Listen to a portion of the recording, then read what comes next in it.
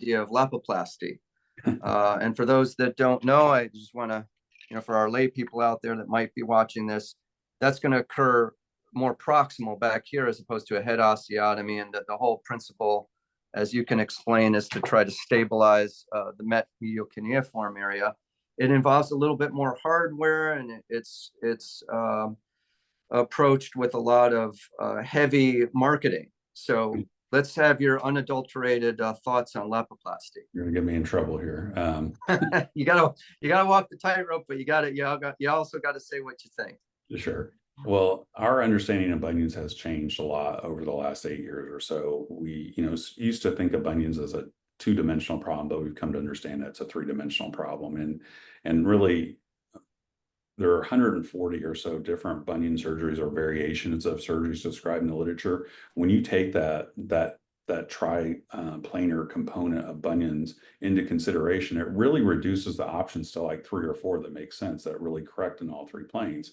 One of those is a straight like Homan type osteotomy at the head, which is like a Siri procedure. I do that MIS, and I think it's a great option for like mild to moderate bunions.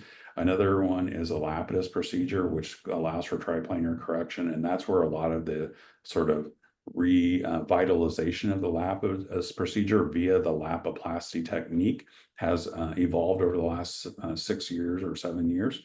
And then the other procedure I do a ton for hallux valgus is first MPJ arthrodesis. That's actually one of my very favorite surgeries to do. I would argue I may do more than anybody in the country of that particular procedure, but Lapiplasty, I'm not a fan of. I don't like the direct-to-consumer marketing on it. The Lapiplasty is a Lapidus, and it's just how you want to do it. I don't need a clamp to rotate the metatarsal. One of the things I have a problem with most of the systems that use cut guides is they take out too much bone and they shorten the first ray too much. And I've done a lot of research because I have lectures on this topic. You can really shorten the first ray about 6 millimeters before you start to get in trouble and cause lesser metatarsalgia and sort of medial column insufficiency as well. And that's if you don't dorsiflex it. And it's funny when people post their Lapiplasty pictures on social media and the first metatarsal is nice and straight and the toe looks pretty straight. And I look at how short it is, first of all, and it makes me cringe. And I'm just like, oh, this patient's going to have problems coming down the line.